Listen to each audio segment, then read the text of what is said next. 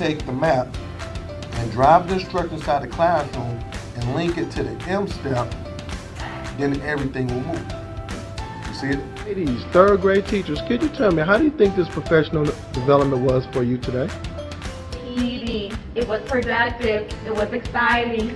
But we never leave Mr. Hurts advising. Because the schools that I've worked with, the teachers I've worked with, their scores just go through the roof, because what I do is I talk about practical stuff that's practical. Because I'm a former teacher and also I'm a principal, so I'm gonna be telling you guys things that I know will work in your classroom.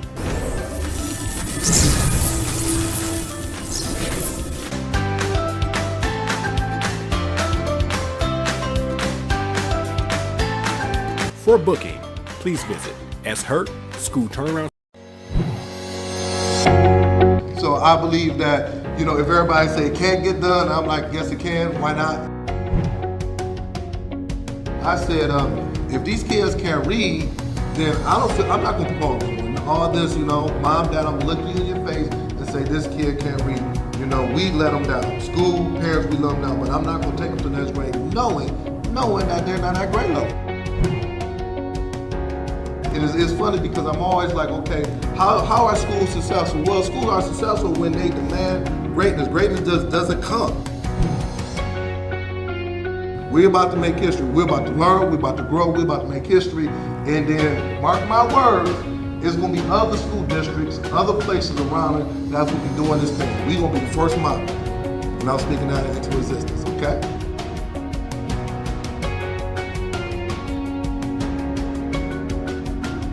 For booking, please visit SHURTSchoolTurnaroundSpecialist.com. Good morning, everyone. Good morning. This is Sean Hurt with another powerful Saturday morning podcast.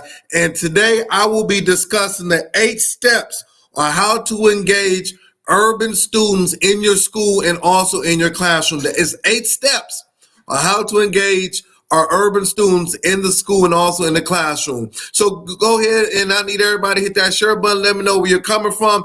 Give me 2 minutes as I get all of my Facebook, LinkedIn, Twitter, YouTube people on. Hit that share button.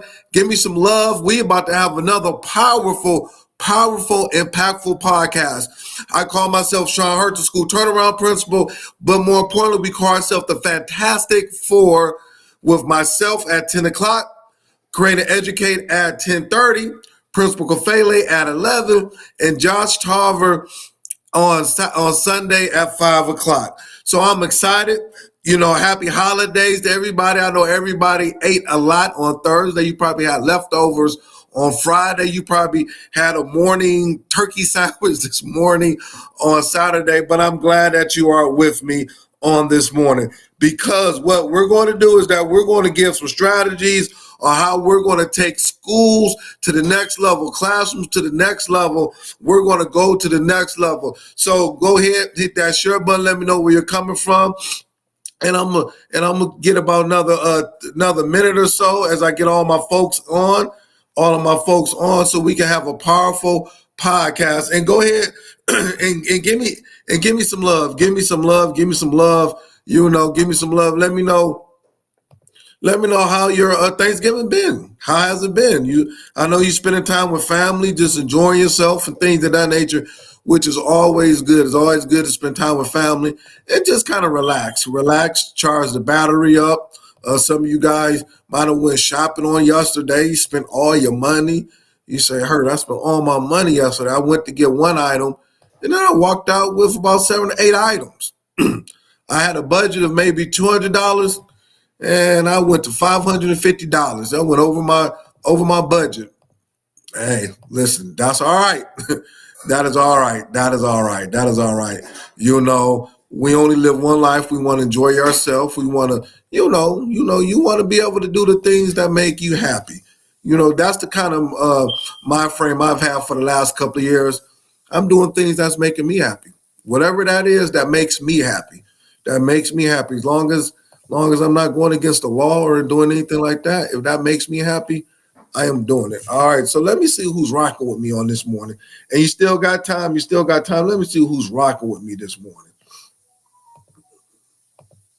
All right, let's see where we at. Let's see who's with me. I want to say good morning to you, Mr. David Bell in the house for Benton Harbor. Hey, listen, Mr. Brother Bell, I see that you guys got a new principal at the high school. He is a good friend of mine. He's going to do an excellent job. You got a new principal at the high school. I'm excited. I'm glad that hire took place. I know that he will do an excellent job. So I'm happy for that. I got my good friend, Dr. Jeter. Thank you for all of the support. Thank you for everything and shooting out to everybody. Much love and support. Good morning to you, Dr. Jeter. Happy holidays to you and your family. I got Miss Rella Hicks in the house from Georgia. Good morning to you. Good morning to the new AP at her school. I know you're excited. You're happy. I'm excited for you. Big shout out to you.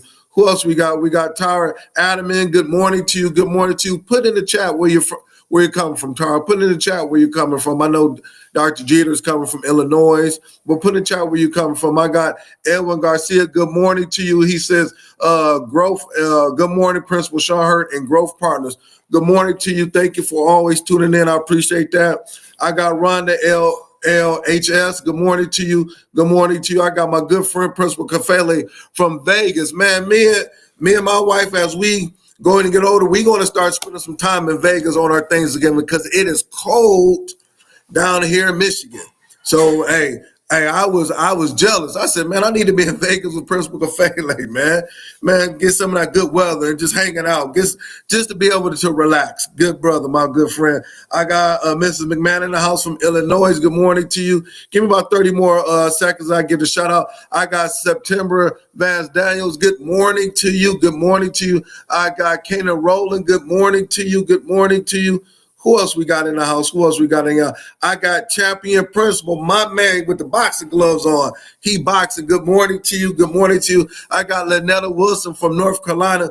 Good morning to you. Let me get 2 more and I'm done. I got Jasmine Harris. Every time I see Jasmine, I thank you. But I need some of that California sun. And man, listen, Jasmine, I need some sun. I'm looking outside. We might have a snowstorm tonight here in Michigan. So, man, sometimes I get jealous of some of y'all warm places like Dr. Houston, seeing South Carolina. Man, I need some of that South Carolina sun. Good morning to you, Dr. Houston. I got Melissa Jones-Chunu. Good morning to you. I'm going to stop right there. I'm going to stop right there. So if I miss anybody, I'm going to say good morning to you. It's always a pleasure. Thank you for tuning in on this morning. I'm telling you, you will not be disappointed. I'm going to talk about 8 steps on how to engage and support urban students. So if you are teaching in an urban school, you should be on here. You should be on here getting some of these strategies because at the end of the day, we got to be able to give teachers and schools and everybody these strategies to be able to move forward. So I always ask this question because I need all of my time. What is keeping you up at night as an educator? What is the one thing or the 2 things that's keeping you up at night as an educator? What I need you to do, I need you to put it in the chat. Put it in the chat real quick. What is keeping you up at night as an educator? I'm going to start it off. It changes like every month, depending on what's going on in education and what's happening. But what's keeping me up at night as an educator is that we have our mid-year assessments coming up in a couple of weeks for all of the schools. Whatever you're taking is a mid-year assessment. What are you going to do with that data? You've been putting things in place for 12 weeks. Now, that mid-year assessment is going to let you know if what you're doing is working and what you're doing is not working. But you got to look at that data to be able to help support you. So that's what's keeping me up at night because that mid-year is going to be so important for you to be able to, improve on what's taking place inside of that classroom. The other thing that's keeping me up at night is this. We cannot be satisfied educators, high school, middle school, and elementary superintendents and principals. Hear me out. Please hear me out. Pretty please hear me out. I need you to hear me out. Hold on for 1 second. I just want to hear me out. We can't be satisfied when we're saying that 9% of our kids in our district is proficient in math. That is unacceptable. So what that really is saying is 91% of the kids in your district is not proficient in math. That should be keeping you up at night, principal, superintendent. The other thing that's keeping me up at night is when I'm hearing that that the average SAT score is 830. The average SAT score in your district, you got 3 or 4 high schools in your district, is 830. Well, is that low? Is that good? Is that bad? What is 830? The most you can get on the SAT is 1600. 830 is unacceptable. So when they present this data out to you and when they're talking with a big old smile on your face, no, we are lowering the standards for our schools and for our districts. We got to raise the standards because those things that I just said is unacceptable. 9% proficiency in math in your district is unacceptable. If I was at church, I would say, give me an amen on that. 830, 840 on the SAT is unacceptable. We cannot be happy regarding that. We have to be mad. We got to be frustrated because when you're mad and frustrated, you will have change in your school and district. When you're happy, when everything is fine, and when you just whatever, then it's status quo. So those are the things that's keeping me up at night. Put it in the chat. What is keeping you up at night as an educator? As an educator. The last thing for me, before I get into my 8 steps, you still got time, is that what is going on in education in Mr. Hurt's world? Well, since it's the holiday season, I want to talk about HBCUs. That's historically Black colleges and universities. As you can see, I got my sweater on. Hold on, let me rock. Well, let me bring the camera down. Support Black colleges right here. And then I got my Tuskegee hat on, you know, because that's where my daughter attends, Tuskegee University down in Tuskegee, Alabama. So we need to start to talk about it, support it. When I was a principal, you know, I had posters up all in my school of HBCUs during reading month. Everybody had to, all my teachers, this is what I made them do. I had to take, you know, I said, I want every classroom to be decorated as an HBCU outside of your door. Don't you know when you do the door decorations, you had to pick an HBCU. And then also in the classrooms, you had to have stuff HBCU. How do we get these kids to attend HBCUs? We have to talk about it, not when they're in 10th, 11th, 12th grade, but we need to have those conversations in the 1st, 2nd, 3rd grade, kindergarten, preschool, when they come out of the womb, okay? And we need to talk about some of the HBCUs, the Tuskegees of the world, the Central States of the world, the North Carolina A&Ts of the world, the Alabama States of the world, the Shaw Universities of the world, the Howards of the world, the Bowie States of the world, the Central States of the world, the Wilberforces of the world. I can go on and on regarding HBCUs. We hear about the big ones, the Morehouse and the Spelmans and the Howards, but let's give some love to some of them other ones that we don't hear about. Does that make sense?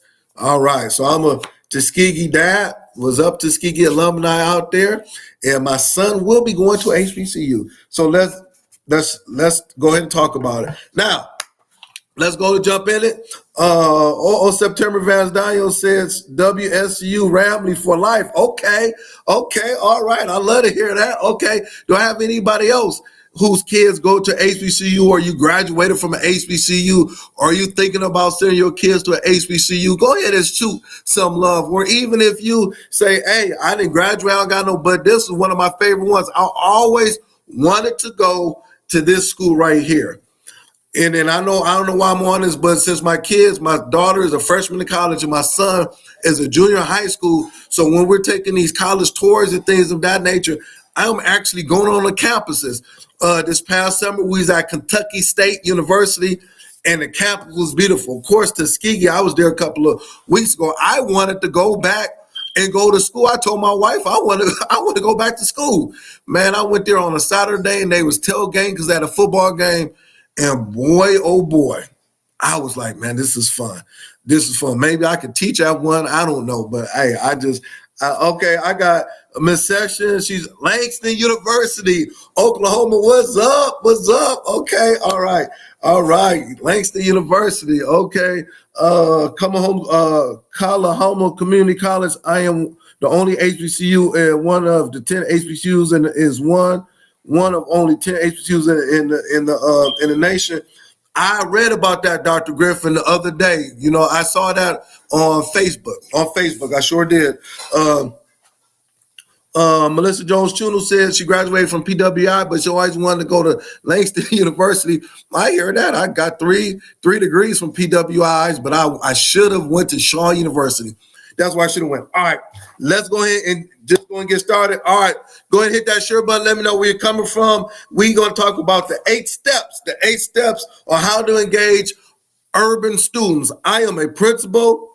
I'm a teacher. I'm a superintendent.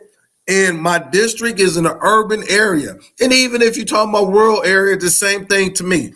We need to have strategies to engage them. Now, the information I'm going to give to you is free information. So get that pencil, get that paper out, get that notebook. I got all my stuff right there. And let's go and get started. Number one, write it down. Number one. Set up your classroom to be culturally responsive. That's the first thing. Set up your classroom in your school. Classroom in your school to be culturally responsive. Okay? That is so big because if the kids are coming from environments that don't support urban education, well, we got to set up our school and our classroom to be culturally responsive. Now, I'm going to show I'm going to give a 45 seconds of a video of one of my teachers. She was this is a teacher of mine, one of my former teachers, and I'm going to show you a video. Hold on. How it looks to be culturally responsive. Take notes, please. That's why I said hit that share button. I'm not just going to talk. I'm going to give you some visuals so on Monday you can be like, all right, this is what it needs to look like. So I'm going to give 30 seconds. Let me go ahead and shoot this real quick. Everybody, hit that share button because we got to see it. You say, Hurt, what does a culturally responsive classroom looks like? Let me show the video so we can see it. Here it goes. Take the notes. Give me some feedback. Hello, Facebook family, friends, and Twitter and LinkedIn friends. This is school principal Sean Hurt, and I am in a classroom, and I just want to show you a classroom that I feel is set up for success as far as relates to how the classroom is organized, what it looks like, structure, but more importantly, this is one of the messages that we tell all of our kids. If you can read it, this is excellent. It says nothing is impossible. Even the word itself says I'm possible. So this teacher is letting the kids see this every day. You see our anchor charts. That's set up very nice. And once again, this classroom is just set up for success. It's very structured. Her data wall, computers right there. It's very organized. And whenever you have kids, any kids coming into your classroom, structure, organization is one of the main things that kids need in order for them to be successful in the classroom. You see, she has her. All right, I'm gonna stop right there. So once again, I want to show you a classroom situation, a classroom setup. I bring it in. I bring everything to the table because sometimes you can speak it, but if I don't I'm a visual learner. I need to see what a culturally responsive classroom looks like, and that's one. I'm not saying to me, that's a model classroom. But we got to have a culturally responsive classroom in order to meet the kids. It's just like when you have Thanksgiving dinner. The way you set up your table, the way you set up the food, the spread and things of that nature is different than any of your other dinners that you have maybe with the family or when people come over just to have a good time. It is different. The first thing that you have to do is that you have to have a classroom in school. I can show you the school that I was a part of, but I'm not going to get into that. That is culturally responsive to your students. That's the first thing.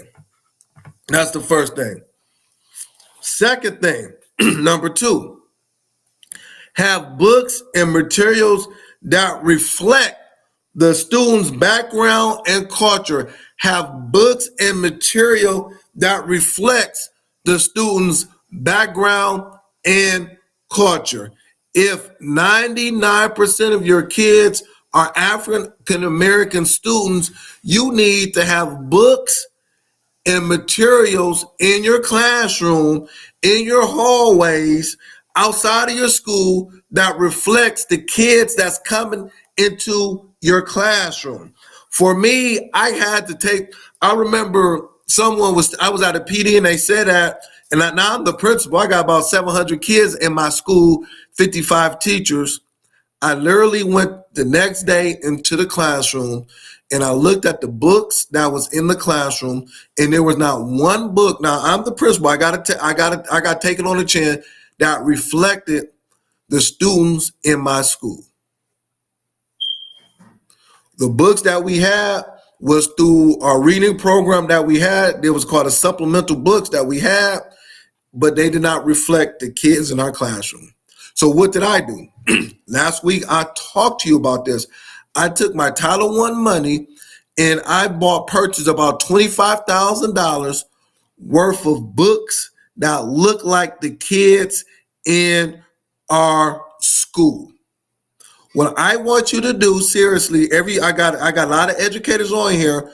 On Monday, teacher, principal, got many principals, go into the classroom and just look in the classroom and just pick out the books. Does this book represent my kids? It's just like the pictures on the back of my wall. Look, this is my family right here. Does these pictures represent who I am as a father? Same thing. Going to your school, does the pictures, the artifacts, what we're looking at represent the kids that we're serving? How can kids become some when the imagery, and we talked about the imagery, does not represent them? Not only in the classroom, but in the hallway. That's why I'm a big component. HBCU. I had about 85 HBCUs all through the school because it represented our students. Mr. Hurt, why is my scores low? Why is the kids wilding out? Why on Monday I got teachers quitting and things? I just need to, because the foundation is let's set our schools up for success. My title of my lesson is the 8 steps on how to engage and support urban students. I know that you don't have a $5 million budget to tear the school down and build it back up. That's not reality. So the 2 things that I'm telling you to do takes little to no money. You already have the budget. Just reallocate the funds and order different materials. Create and Educate, Dr. Tammy Taylor, Dr. Sheikah Houston has a plethora of books, authors, you name it, that they deal with, that they've written, and things of that nature. Well, where do I find it? Go to Create and Educate at 10:30. They have a list. They're on here now. Put the link on here. Order from there. Order from there. There's authors on my podcast now that have written books. Order their books. If it's a K through 3rd grade book, order 100 from their website.